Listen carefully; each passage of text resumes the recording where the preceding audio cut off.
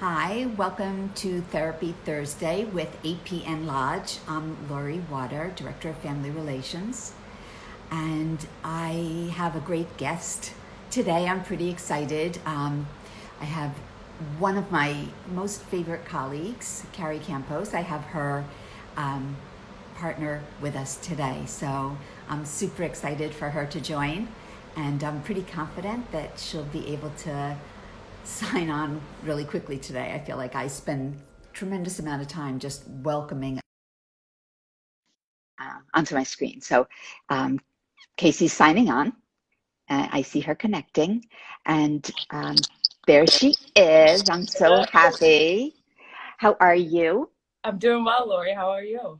I'm good. So this is Casey Lucarelli from Denver, Colorado. Denver proper? What's that? Denver proper? I'm, Right in the I'm center, what's that? right in the center of Denver? No, we're like on the outside in the suburbs. So Southeast Aurora. Okay.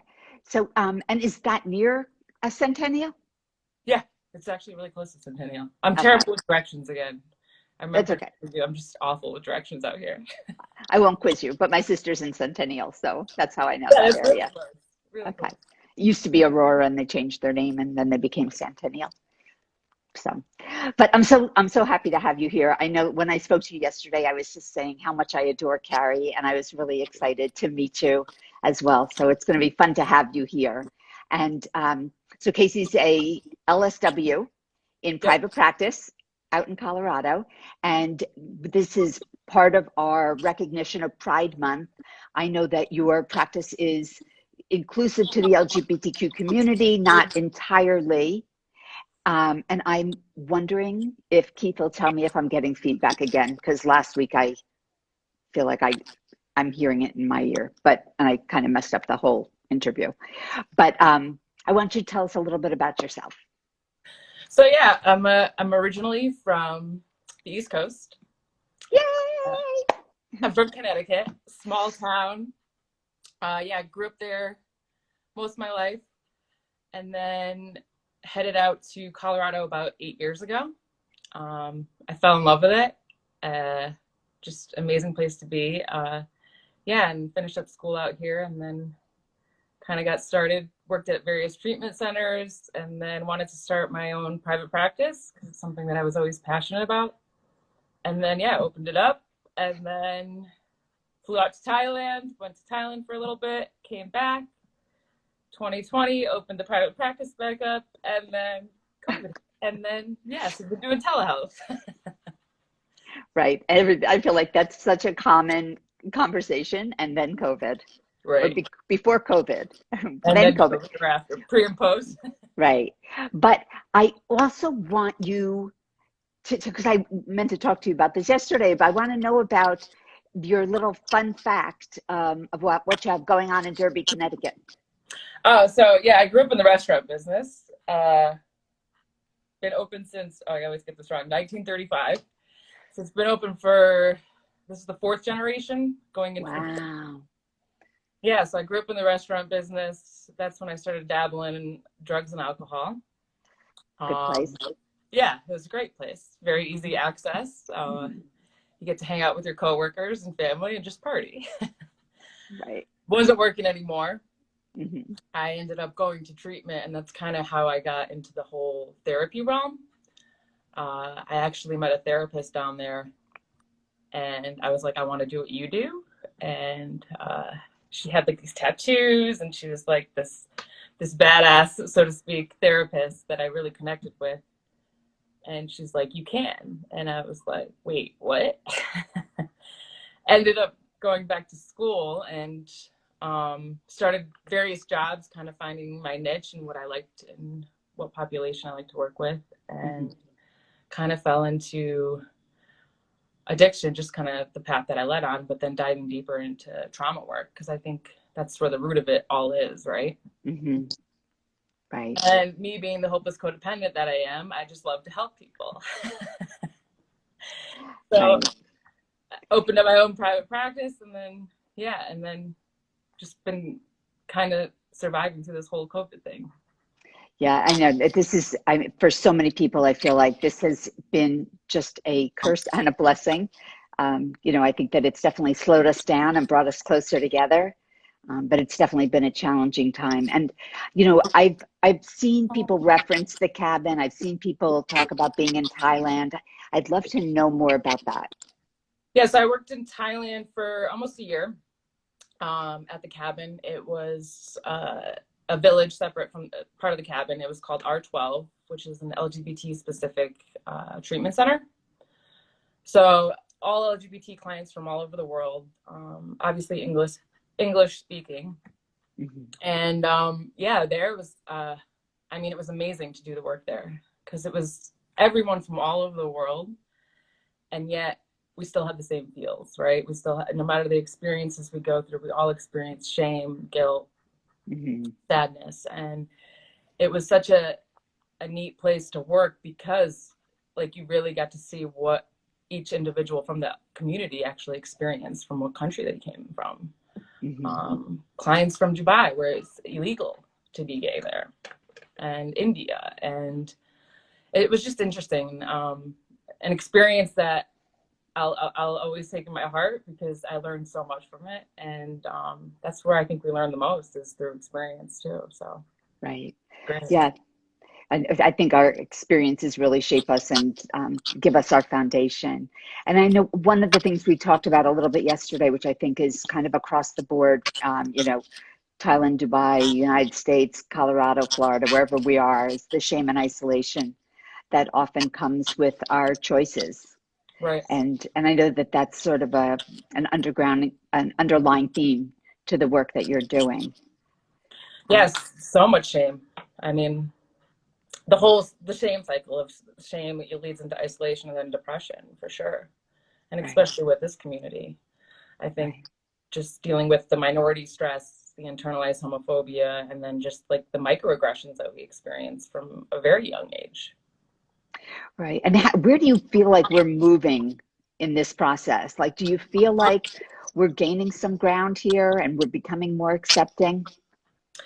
Yeah, I think like we're taking those baby steps, but there's definitely a lot more resources available than from when I was just going off from my experience from when I was little. There wasn't that many resources. Like I didn't have a place to go to or even be exposed to it. I think with the use of social media and kiddos like not having access to those resources, they're at least exposed to something different than the heteronormative, which is huge.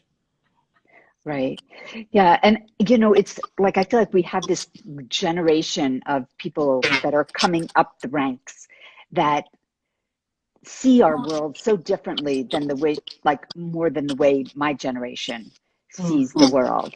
And I even see in my own peer group, and this is, can you still hear me like this?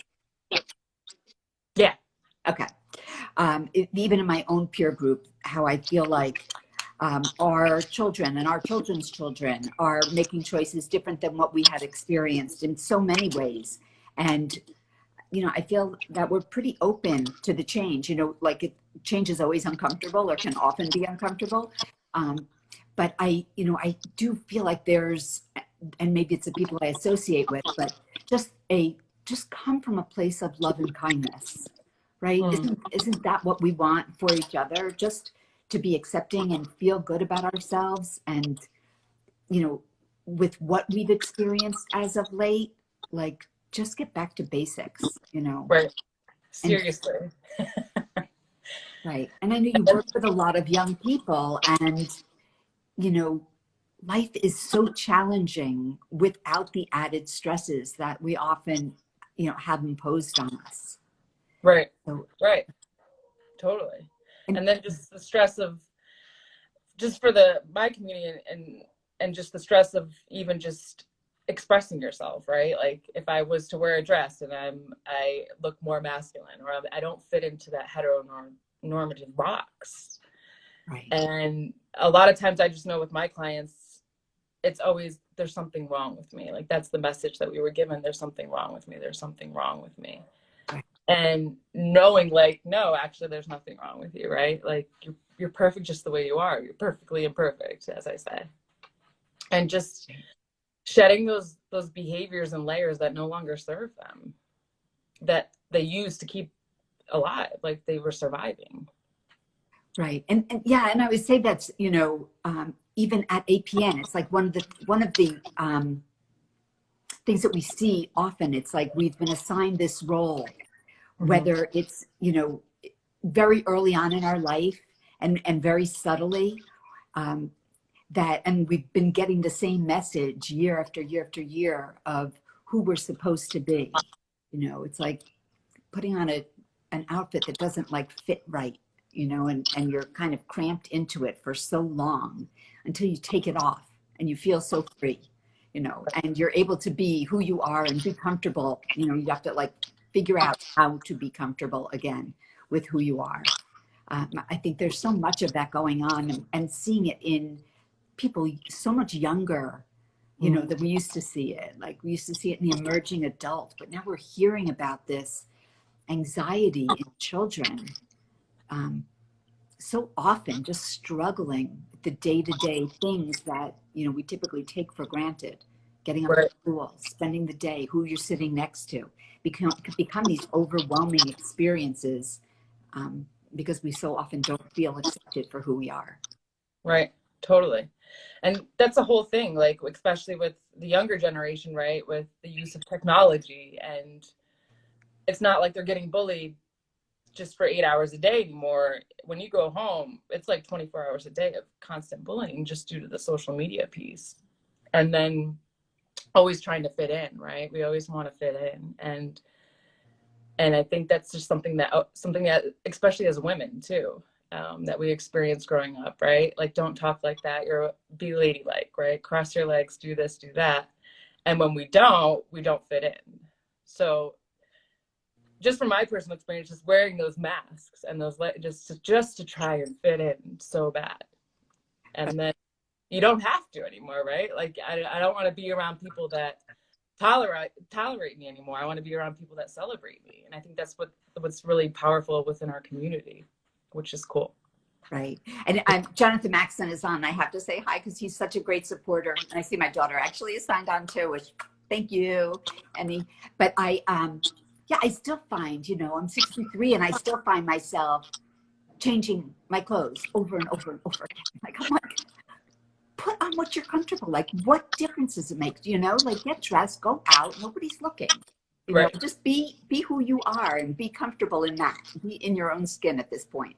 But it's something that I feel like we just place so much judgment on ourselves for so long that it's really hard to be just comfortable with who we are. And then when you impose something else where you don't fit into the norm of society, you know, if you're not behaving as other people are or how you perceive that to be, or you don't look like other people and how they, you know, how you're perceived, it's, you know, there's this feeling of judgment around it, you know. And sometimes I feel like there's more judgment perceived than is actual judgment, you know. I think for the most part, I'm so happy for people to just be comfortable. It doesn't mean that I still don't find it interesting to watch people that are behaving and look unlike what I'm used to, right? But I think part of it is really educating ourselves and becoming more tolerant and like really getting to understand other cultures and family systems. Right. Yeah, especially like I'm just going off from where I grew up back home in Connecticut, just like in that very small town. And when I go home now, I still stick out. So there's so much growth that still needs to be developed. But I mean, those baby steps. And I guess I think it's so magical to see, especially working in residential treatment, is because you get to see that huge transformation of people living their authentic life slowly and stepping out and getting rid of those nasty behaviors that just don't serve us, like I said. Yeah. But yeah, to be comfortable in your own skin, I think that's like what everyone is like dying for and wants. Right. It's so hard sometimes. Yeah. And I was saying to somebody the other day, I was like, my family's like the United Nations, you know. It's like we grew up and we looked like mommy, daddy, you know, son, daughter, you know, middle class community, and I go, we've changed. Like we look so different. You know, my grandson is biracial. My daughter-in-law is Mexican. Now they've been married almost 2 years, and I would say like maybe 6 months ago, she said to me that that she's an interracial couple. That she and my son are an interracial couple, and I was like, really? Like, she's like, yeah, and I was like, she's like, I'm Mexican, so I'm like, yeah. So she goes, we're an interracial couple. I'm like, I had no clue. Like, it didn't occur to me. You know, there was more talk that it said she's Catholic and my son is Jewish and they were getting married in a church. I like, it never occurred to me that they were actually like, it didn't cross my mind. We met her, we love her family. They're happy. You know, it didn't go further than that. Right. And I'd love to see the world get back to that place. I know we're working at it. Slowly. I think a lot more work needs to be done for sure. But yeah, I think women, I mean, made tremendous strides and just using their voice and, you know what I mean? Just owning like who they are. And it's funny that you say that because Carrie is Mexican as well. And people are always surprised that she is, right? Because they're like, oh, you're a white girl. And it's like, well, it doesn't have to look a certain way, right? And I think if you're male, female, or however you identify, it doesn't matter, right? It's just as long as you're comfortable in your own skin. And I think that's just, it's one thing that I can finally say that I am, but there are days that still, you know, because we're only human at the end of the day. And knowing that you're not perfect. Right. And can we talk about Carrie for a second? Yeah, for sure. So Carrie Campos is our Colorado Director of Community Relations. And we had met in February, and it was sort of like love at first sight. Like we were at the lodge together, we started talking, and she was telling me the work that she was doing, and I was telling her how much I love APN, and she was saying how cool she thought APN was, and she sounded really interested, and I go like, how interested? And you know, and I kept saying, oh my gosh, I met this girl today and she's amazing, and I think she'd be amazing, and she is amazing. She is such a, you know, she's such a gift to the program. I adore her so much, and I'm so happy that I have this opportunity to meet with you as well. And you know, I'm so happy that you're happy together. Sounds like you have this beautiful family, beautiful life together. I'm glad that you joined me today. I'd love it if you could tell people, if they're interested, how they can hook up with you in Denver. That's where your practice is, right? Private practice by telehealth. Yeah, right now it's just all telehealth.